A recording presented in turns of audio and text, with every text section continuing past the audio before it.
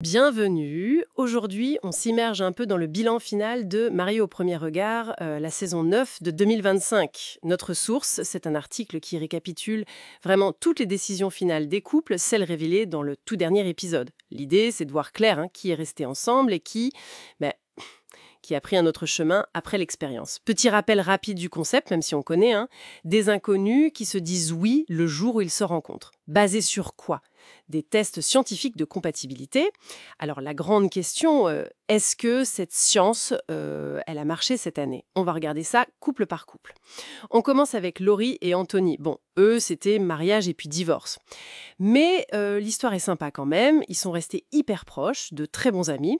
On se souvient de la petite maladresse d'Anthony en voyage de noces. Ça avait failli tout gâcher. Oui, c'est un cas intéressant d'entrée de jeu. L'article reprend justement ce que disait l'experte Marie Taperneau.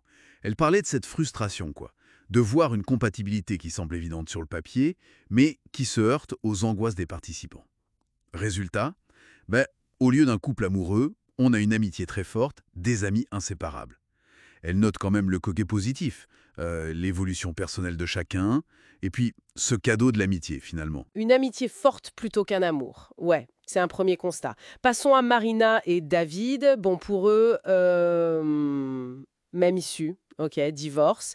Ils avaient pourtant retiré leurs alliances après le voyage au Maroc, on s'en souvient. Ils ont essayé de retenter le coup, mais voilà, la deuxième chance n'a pas fonctionné. Séparation confirmée.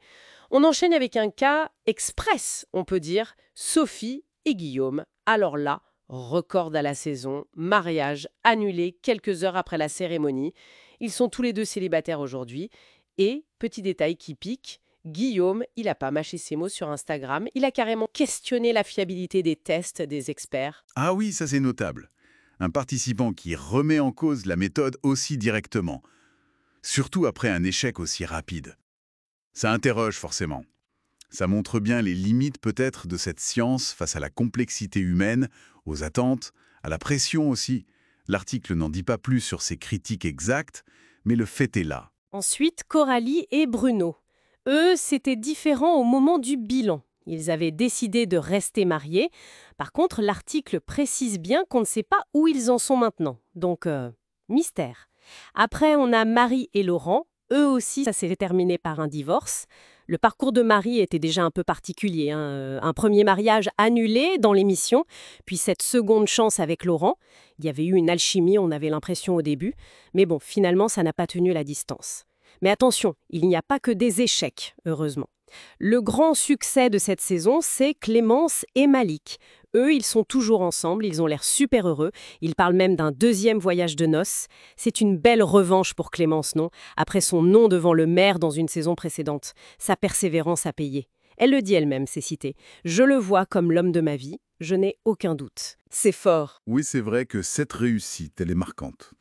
Surtout venant d'elle, avec son historique dans l'émission. Ça prouve que, l'expérience peut marcher, que ça peut aboutir à quelque chose de solide, de beau, malgré tous les obstacles, la médiatisation.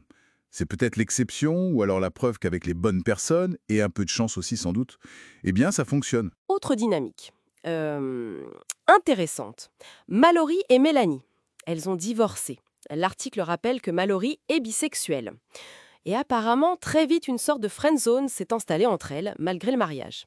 Mallory a même raconté, via une séquence coupée qu'elle a dévoilée, qu'elle avait tenté une approche un peu plus intime, quoi. Mais ça n'a pas marché. Et on termine ce tour d'horizon avec Jennifer et Kane. Encore un divorce, pourtant ça avait démarré comme un conte de fées, on s'en souvient.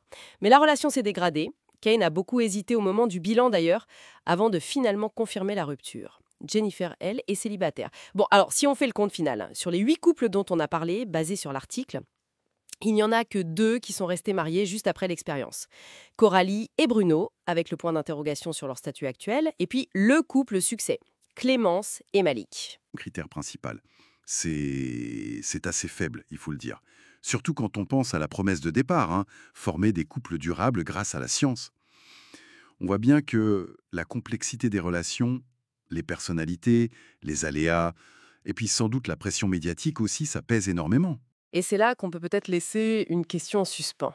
Vu les montagnes russes émotionnelles et ce faible taux de succès apparent, qu'est-ce que ça nous dit vraiment, en fait, sur la capacité réelle de cette science de la compatibilité à prévoir ou garantir le succès d'une union?